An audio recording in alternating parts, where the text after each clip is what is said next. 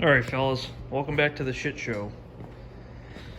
Here we have the LQ4. I was looking back in memories the other day. Actually, I think I put this motor together, like assembled it probably a year and a half ago.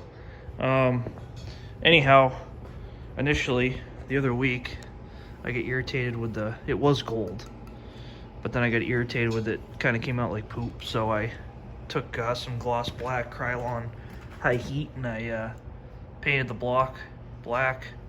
Kept this, as you can see, metallic gold. Heads were machined, so they look pretty minty. Got the PQY studs. I don't even remember what brand they were, to be honest. They were $50. Didn't snap one of them. I think I put that on my YouTube anyway. Felpro gaskets from O'Reilly's. And today, the basis of this video is going to be, I'm a little nervous. I put some WD-40 in the cylinders. It seems like it's got a ton of compression with the plugs in it, and it rotates on its own, blah, blah, blah. But I'm going to pull the plugs all out of each hole, and I'm going to probably compression test individual cylinder. A little nervous that it sat for a long time. I always had the cover on it, but that doesn't mean nothing got in it. But I also had the spark plug holes were open. Exhaust ports, intake ports, they were open, but this was always covered. I'm a little hesitant to just drop it in the car. Car's pretty much ready to take a motor. I didn't really go too crazy, I mean, I don't really care how it looks, to be honest. I just want to drive the fucking thing. So today's goal is, like I said, compression test on the motor. Gotta check out this steering here. Got the Flaming River rack, QA1 bump steer kit, Borg shaft. Steering wheel's a little crooked, so wheels are straight currently, as you can see. You look at the wheel's a little crooked. As you can see, and just so you guys know, all you do is pop that cover off. You like my knockoff Impact? Thing's a monster. Anyways, back to this. Nut comes right off. I gotta get a steering wheel puller from the parts store or hardware street or whatever I decide. Gotta get the steering wheel straight with the steering. As you can see, those QA1 bump steer sleeves, they're long. Kind of concerned that there's not going to be a lot of adjustment. Granted, it's pretty straight. Obviously, we get a lot of toe or whatever, the opposite of camber, it's towed out. But that's because we have my custom, it's got longer 16-inch coil springs, 100-pound springs with some strut extenders on it now for some cheap lawn travel. So anyways, wheels are pretty straight, more or less. This one's probably a little out this way, but it's okay. Just trying to get the wheels straight with the wheels, so when I go to drive it, eventually it's kind of there. If I gotta buy a different bump steer kit to get it better. But issue with this is if you can see this set screw at the bottom of the shaft, the shaft on the rack has like one flat spline, and that set screw that you see at the bottom of the shaft is you can't really clock the steering shaft. So basically what I'm going to end up doing is I'm going to clock the steering wheel back this way. I'm going to take the steering wheel off, twist it, put it back on, so it's pretty straight. Some people say the rack is in a different spot on a factory camber, but this is a Team Z LS swap, as you can see. Little side note, decided to patch some stuff up while we were in here. There's some rot there. Towers are all right. Towers are kind of crusty there, but there's some good rot here, so I patched that up, sprayed it. Again, not going for looks here. You're just going to make this thing eat some nitrous and leave on foot brake real hard. So this car should weigh more than 2,800 pounds with me in it, but anyhow, I'm gonna cut this segment off. We're gonna go to the parts store. I gotta make a ground cable to that battery. I don't even know if this battery's gonna take a charge. Got my, I'm sure y'all love it, the old Sears. This thing's been in this garage as long as I've been alive. Hooked up to this Legend battery out of my girlfriend's Power Stroke. That, again, I don't even know if the battery's good, so I just hope it takes a load enough to spin the chart, you know, the starter and the compression tester in each individual cylinder, which it should. I don't see why not. Yeah, so we're gonna cut out from this segment. I'm gonna get a cable made. I'm gonna get a steering wheel puller. We're gonna get all that shit pulled, get that straightened out. Gonna get this thing compression tested. Hopefully it shows on all cylinders, which I think it should, but I also went on eBay. I'm replacing this crank sensor because I just don't want to put the headers on, the starter, the dipstick, get all that in there, get it in the car, and then realize that it needs a crank sensor. So idea is I'm going to put a Delphi crank sensor in it. Probably just buy a parts store cam sensor there. It's old too. So I want to replace the 2 sensors, and I'll probably buy another coolant temp sensor, which goes, you can't see it, but it goes right here usually. And I want to get all those replaced, so when I put the MSD system on there, we have no issues. So yeah, let's get to the next segment. All right, just like that, we're back. Got this super jank ground with some, you know, we're just compression testing here. We're not doing anything crazy. Got a little creative with the positive, get that on there. Got an actual battery terminal there. Got it on the old Sears charger. Gonna pop these plugs out. Gonna pull all this tape off of here so we don't suck a piece of tape into the engine. See what this old piece of iron makes for compression.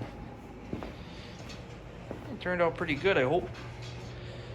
Hope it fits in there, I don't know. Anyways. Then we got this mess. That was fun.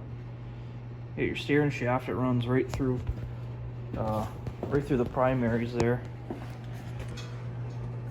Where is it? Yeah, see, you can kind of see. So I got this wheel straight with the front wheels. Yeah, those. Turns out this is no, you know, it's not a tilt column. Somebody was telling me it was a tilt column, and that's why. Anyways. I put the steering wheel back on. Turns out this is not splined, so you can't just pull it out, clock it, drop it back on. So I went to Harbor Freight for no reason. Well, for a good reason. I got some other goodies, but yeah, so there's that. Runs through, so it kind of sucks because I don't even think you could take this header in and out with an engine in the car. I really don't think so. I don't even know how you get the steering. I don't know.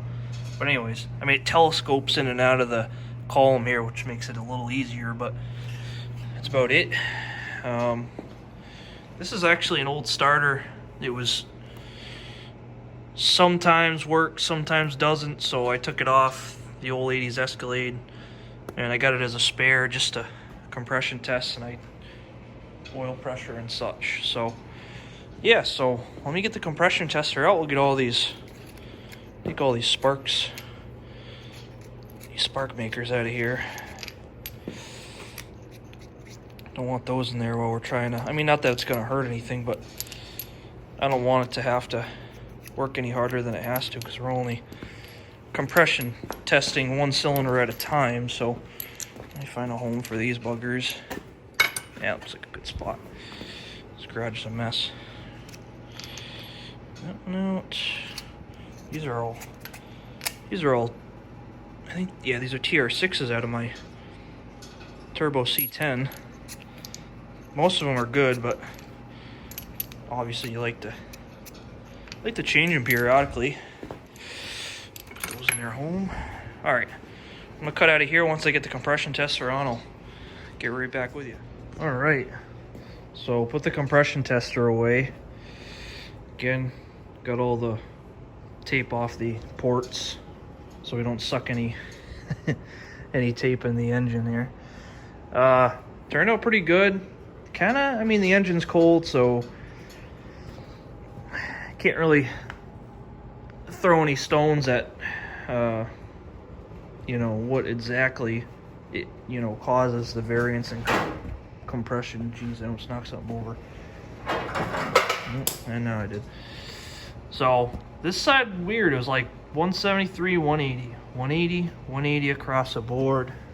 Over here, it's kind of strange. 195, 190, 200, 160. I was like,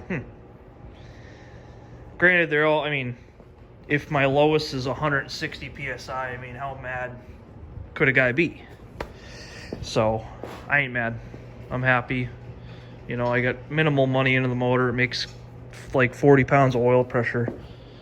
Here, I'll show you guys. So I just got the mechanical gauge rigged up. I got all the sensors in so I don't piss everywhere. This going, so I'll show you how much oil pressure it makes. Pretty good. Makes like 35, 40 just cranking, so pretty happy with that. I really can't complain. So I'd say she's gonna make, it's gonna spin, it's gonna do its thing. I ain't mad at it. So all's well with the world in this engine. My main concern was I assembled it like a year and a half ago. So that was my major concern, was any rust on the cylinder walls, stuff seized up. It still had oil on it. It made oil pressure when I initially put it together, so I wasn't, you know, wasn't too concerned. But that's about what I expected. I'm gonna do the numbers and see what an average is, but I'd say average it makes, you know, 180 all the way around. It's not super even, so the motor's gonna be a little shaky and whatnot. I mean, I don't know the science on, you know, maybe the valves aren't sealing good in a couple of the cylinders, but I lapped them with a drill and you know, put the drill on the end of the valve and just with some compound sand there, and just got a best valve job I could. So I'm not mad. It should run. It should do what it needs to do. So that's really all I wanted to get accomplished today. I got the steering wheel straightened out. The other day I painted up the wiper motor and the booster. And I'm not really going for a show car here. I'm just trying to make a fun car to maybe do some 1/8 mile fun races, maybe some 1/4 mile stuff. I get a nitrous plate kit for it and what have you. So the new upgrade to the shop. Got ourselves a pellet stove. So that's cool. All good stuff. Well, glad you guys came along for this ride. I'm probably gonna go, it's Sunday, so probably gonna relax with the lady for the night. Gotta work all week. It's cold out. It's probably 15 degrees. This thing takes the chill out of there. It's probably still only 40 in the shop, but it does what it needs to do. So, want to end it here, guys. Thanks for joining.